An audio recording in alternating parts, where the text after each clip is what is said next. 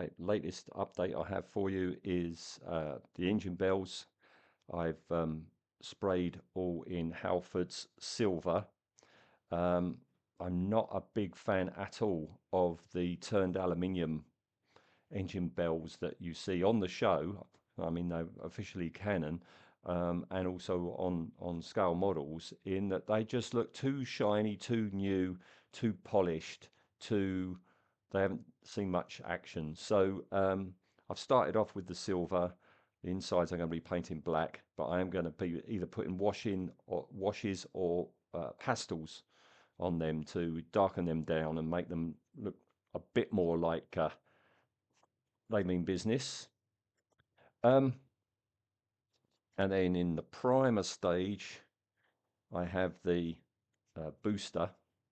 This was a real surprise making this, in that I saved that build until last, and here it is in the instructions how to make the frame,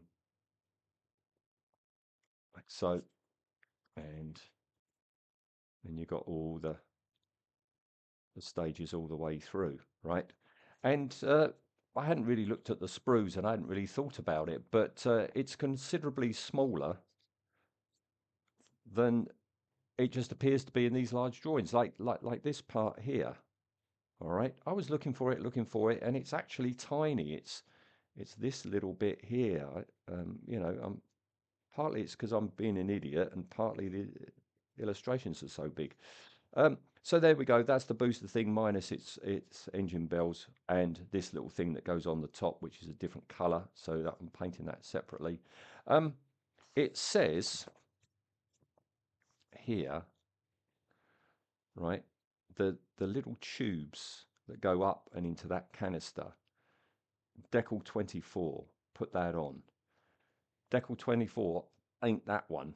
It's another mistake. I've got to try and find out what one that is. I'm not wrapping that round it because that goes round this little bit here, and that's an awful lot of faffing when I can do that and paint it by hand. So yeah, we're in primer stage on that, and so that's going to get a coat of white primer next, if the weather holds out, and that gets the silver.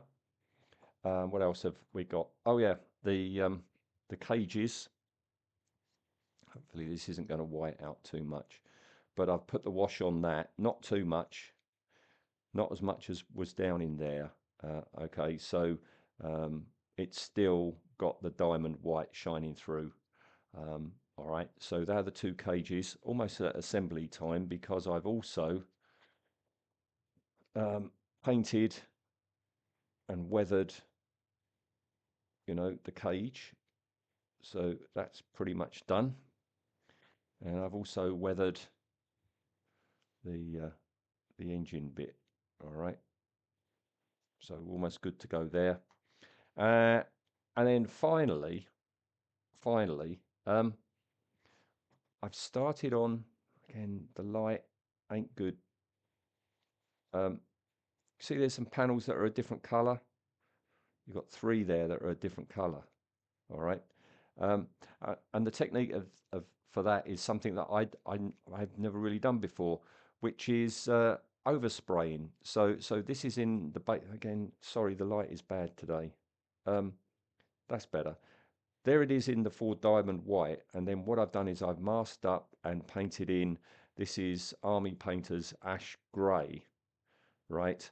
Panels. But then what you then do is then you spray the diamond white back over, and I guess you do it to the degree you want it, but yeah, the idea is you layer on the 4 diamond white, and it covers up the darker background than the rest of the thing was, so therefore it tends to shade it a grey variation of the base coat. So that's what I'm doing there. I'm starting on the beak, as you see.